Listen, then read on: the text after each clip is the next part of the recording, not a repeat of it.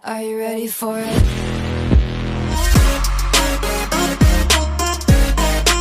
Assalamualaikum warahmatullahi wabarakatuh. Perkenalkan, nama saya Anindya Rahayu dengan NIM 221547199 dari kelas D3 tingkat 1 reguler 3 Prodi Kebidanan Metro.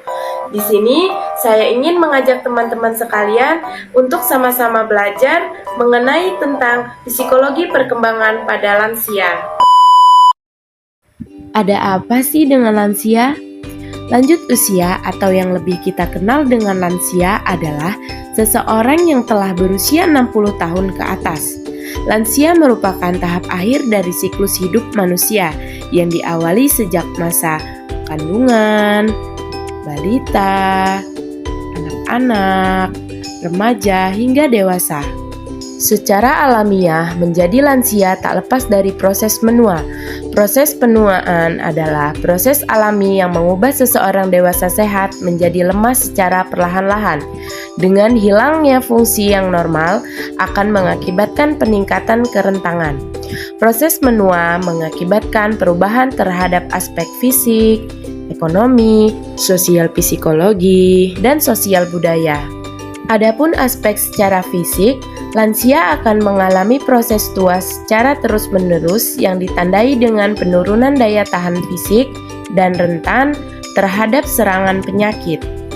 Secara ekonomi, umumnya lansia lebih dipandang sebagai beban daripada sumber daya. Adapun secara sosial psikologis kehidupan, lansia memiliki stigma negatif dianggap merepotkan dan tidak dapat memberikan manfaat bagi keluarga dan masyarakat. Dan secara sosial budaya, lansia banyak kehilangan peran diri, kedudukan sosial, serta perpisahan dengan orang-orang yang dicintai. Kesehatan jiwa lansia adalah kemampuan lansia untuk menyesuaikan diri terhadap perubahan-perubahan yang timbul pada lansia, sehingga mereka dapat melakukan kegiatan-kegiatan sesuai dengan kemampuannya.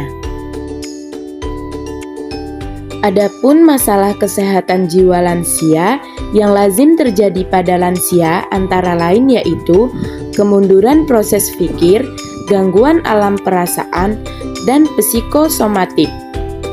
Yang pertama yaitu kemunduran proses pikir. Kemunduran proses pikir terjadi secara bertahap, mulai dari pikun hingga sangat pelupa dan curiga. Hal tersebut ditandai dengan sering mengulang perkataan, lupa melakukan sesuatu, tidak dapat mengingat seperti nama, tempat, orang, dan waktu, dan tidak dapat menghitung yang sederhana. Lansia juga dapat mengalami curiga, yaitu ditandai dengan takut terhadap seseorang, takut terhadap waktu tertentu, misalnya seperti malam, dan takut terhadap tempat yang baru. Yang kedua yaitu gangguan alam perasaan. Gangguan alam perasaan adalah reaksi sedih, cemas yang dalam, hingga depresi yang berlebihan terhadap kehilangan. Hal tersebut ditandai dengan yang pertama, nafsu makan berkurang atau berat badan menurun. Yang kedua, letih, tidak peduli, dan merasa kesepian. Yang ketiga, merasa tidak mampu melakukan sesuatu yang sederhana. Dan yang keempat yaitu sedih berlebihan, sensitif, dan cemas atau depresi. Dan yang ketiga yaitu psikosomatik.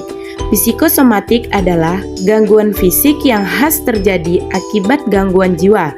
Hal tersebut ditandai dengan yaitu gangguan pola tidur dan gangguan makan dan minum. Gangguan pola tidur ditandai dengan sering terbangun saat tidur, sulit tidur nyenyak, tidak bisa tidur, dan cemas.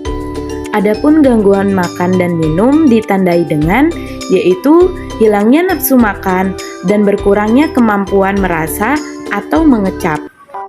Cukup sekian dari saya, semoga video ini dapat bermanfaat bagi kita semua.